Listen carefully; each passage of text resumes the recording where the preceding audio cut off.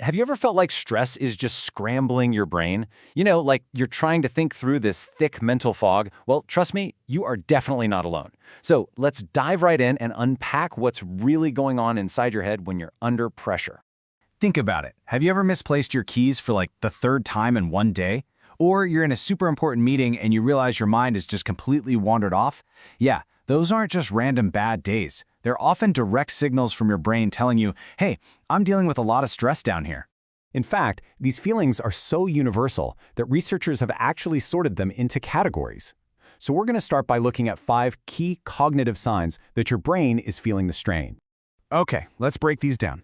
First, forgetfulness. Your brain goes into survival mode, and it starts prioritizing what it thinks are immediate threats over, say, remembering where you put your wallet.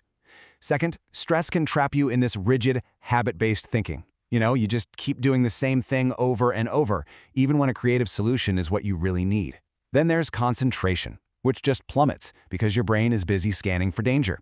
Your mind can also get stuck in this awful loop of constant worrying. And finally, all of this can lead to some pretty poor judgment, making you way more impulsive than you'd normally be.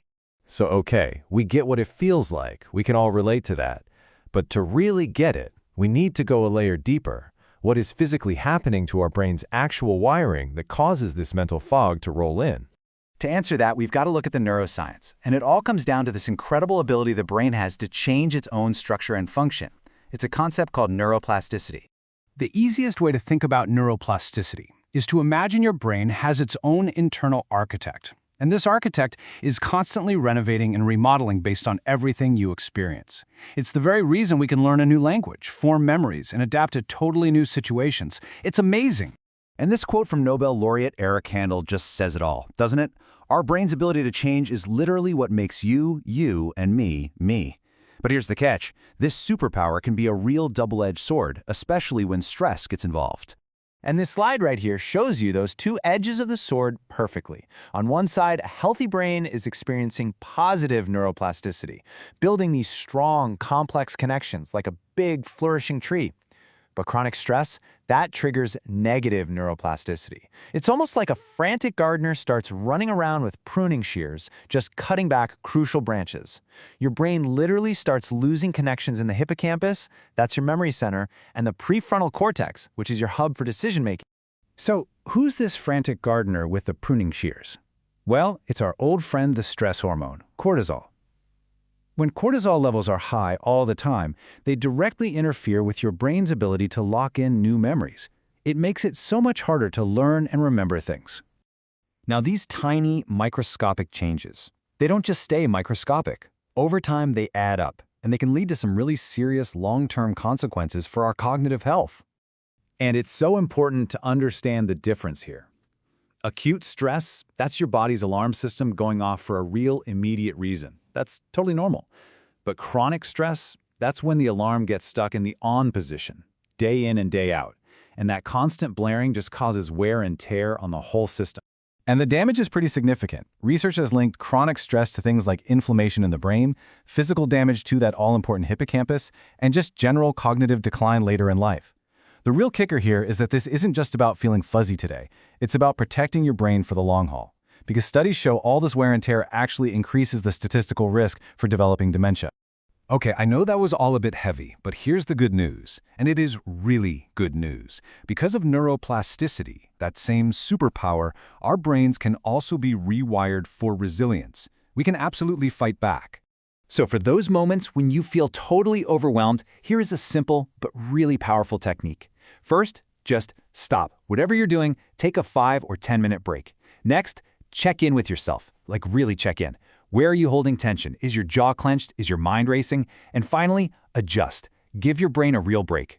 Dim the lights, get away from all the screens, whatever it takes to just get a little bit of peace. And for building that long-term resilience, this slide lays out 4 absolute game changers. Regular exercise, it boosts blood flow and helps grow new brain cells.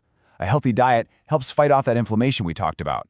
Quality sleep, think of it like a nightly cleaning crew for your brain, clearing out all the junk.